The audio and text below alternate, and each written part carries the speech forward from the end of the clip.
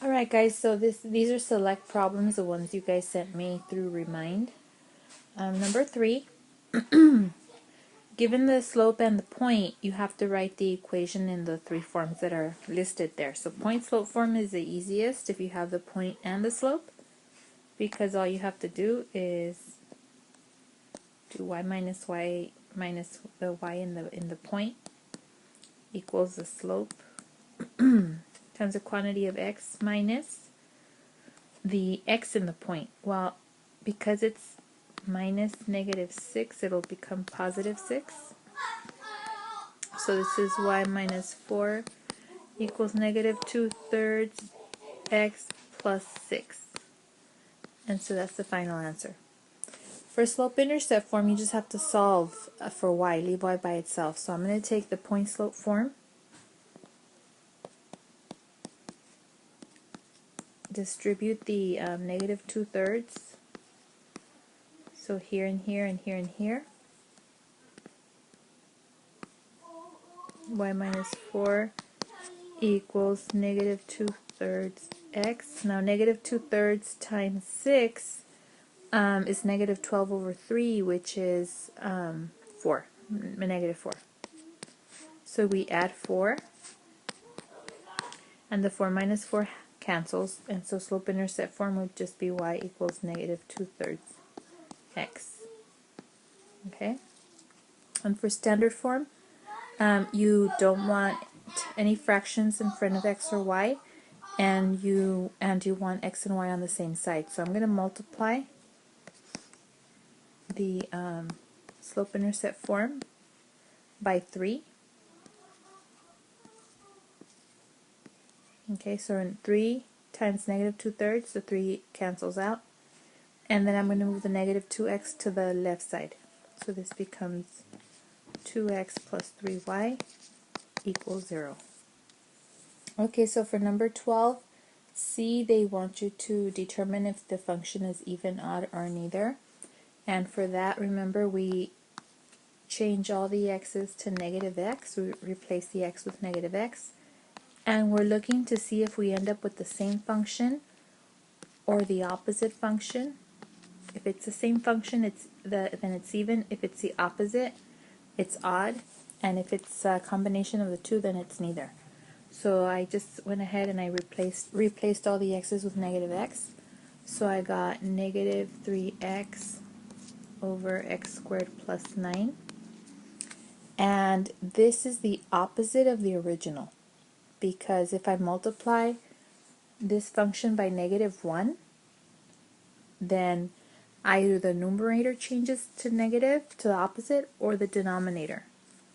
Okay, so if I multiply this by -1 again, I would be multiplying by -1/1, right? Because that's -1. That would make it opposite. So if I multiply this by this, I get this. So this function is odd. Okay, so for number 13, I've already set up the graph. I drew the dotted lines because that's where that's what the domain tells me right here. That's where the graph switches from this one to this one, and then from this one to this one. So at x equals 0 and x equals 2. So to graph the graph on the left side on this first section, I have to follow this rule right here, because it tells me that for x is less than or equal to 0, I have to follow this rule. So you plug in substitute the x with 0, and so you do 2 times 0 is 0 minus 1 is -1. So the point here would be 0, -1. So the point here would be 0, -1, the one I'm going to plot. And it's going to be a closed dot because it says less than or equal to. So 0, -1. And the slope is 2, right? It's a line, the slope is 2. Now I can't go up to right 1 because then I'd be in the wrong territory. I've got to stay on this side, okay, because it tells me that it's less than 0. So then what I have to do then is I have to go down to left 1. And I could do that again, and I could do that again. So here's the graph for the first piece. For the middle piece between 0 and 2, y is going to equal -1. So it's a horizontal line that we're going to start at 0 and end at 2. Okay, so from here to here, close dot. And then for the third piece, for all x greater than 2, I'm going to use this piece, okay, of the function. So replace the x with a 2, so that gives you 4. 4 minus 5 is -1. So the point is going to be 2, -1. Okay, so 2 -1's already there. And it's an open dot, but it doesn't, that you can't even tell because the middle piece has a closed dot, right? And if you want to pick another number like 3, maybe, so 3 squared is 9. 9 minus 5 is 4, so 3, 4, right here. So this is a piece of a parabola, and there's your graph. Alright, for 14, it's a square root function, so you see the reference points right here for a square root function. I also identified the 4 as the k, and then that negative in front of the x inside the radical means that it's going to reflect over the y-axis. Okay, so for that to happen, the x coordinates in the reference points have to switch signs. Okay, the x coordinates. And then this, because it's going up 4 units, the y is going to be increased by 4. So we switch the signs. Well, 0 doesn't switch, right? And I'll put the plus 4 up here as a reminder that we're adding 4 to all the y's. So I get 0, 4, -1, 5, and -4, 6. Okay? So I'm going to plot the points. 0, 4, -1, 5, and -4, 6. So it goes like that. So you see it reflects over the y-axis, and it moved up 4. Okay, so for 15, it's a cubic function. So the reference points are these right here. I identified the parameters, so -2 is a. And so the negative just tells you it's going to reflect over the x-axis. The h is 1 and the k is 4.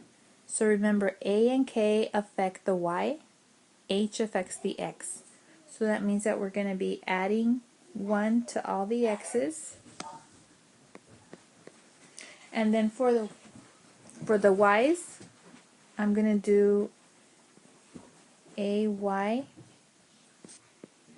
plus, well, let me just do the actual number instead of ay plus k.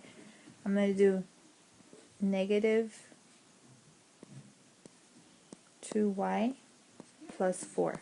Okay, the a and the k is there. So I'm going to go ahead and change the points right now.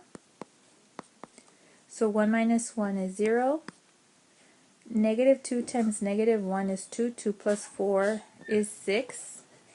1 plus 0 is 1. -2 times 0 is 0. 0 plus 4 is 4. 1 plus 1 is 2. -2 times 1 is -2. And -2 times 1 is -2 plus 4 is 2. So this is going to be 2, 2. Okay, so let me go ahead and draw the graph. Okay, so we plot the points 0, 6, 1, 4, and 2, 2. Okay, now even though they lie on a straight line, you guys know it's not a line, right? It's a cube function. So here's your inflection point. The one in the middle is the inflection point.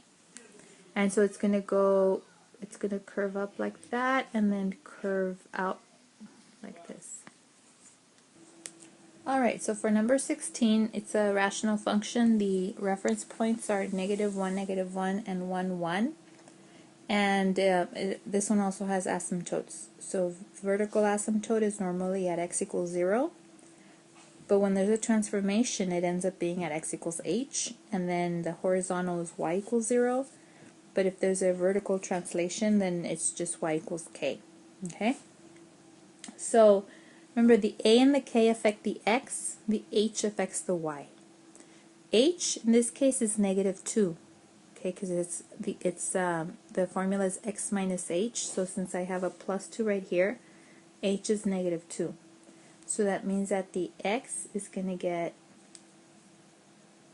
subtracted by 2, and the y is going to be multiplied by 3, so 3y minus 3, because it's ay plus k, and k is negative 3. Okay, so now let's go ahead and transform the points. So we have negative 2 minus 1 is negative 3. 3 times negative 1 is negative 3, minus 3 is negative 6. And then, again, I'm just taking this number, adding it to that number, so that gives me negative 1. And then for the y, I'm taking 3y, so 3 times 1 minus 3. So that gives you 0. Okay? The vertical asymptote is x equals negative 2, and the horizontal asymptote is y equals negative 3, because of the values of h and k. So I'm going to go ahead and add the asymptotes. It's better if you, with rational functions, that you draw the asymptotes first. And remember, those are dotted lines right here. And then y equals negative 3. Okay, and so now I'm going to plot the points negative 3, negative 6, 4, 5, 6, about here. And negative 1, 0, right here. And so that's all you really need, right? Because you know the shape of the graph. It's going to be about this and like this. And that's the answer. Alright, so this is absolute value, so it's a V shape. These are the reference points. The H is negative 1 because it's x plus 1, so you take the opposite, so it's negative 1. So that means we're going to add or subtract 1 from all the x's. The a and the k affect the y, so it's going to be 3y minus 2. So a times y plus k. Okay, that's why it's 3y minus 2. So let's go ahead and change the points. Negative 1 minus 1 is negative 2. 3 times 1 is 3 minus 2 is 1. Negative 1 plus 0 is negative 1. 3 times 0 is 0, minus 2 is negative 2. And negative 1 plus 1 is 0. And 3 times 1 is 3, minus 2 is 1. Okay, so we plot the points, negative 2, 1, negative 1, negative 2, and 0, 1. And remember, it's a V shape, not a curve, so you just, oops, just said that, but it's supposed to be V shape, okay? Like that. Alright, so for number 18, notice I have B and C first. I'm going to solve those first, and then I'll answer part A, okay? So they want you to do f of g of x for part B. So that means that I'm going to put this function in here, okay? F is my outside, g is my inside. Now remember, I'm coming in with this function, so that means I'm coming in without a 4. So this is what it would look like.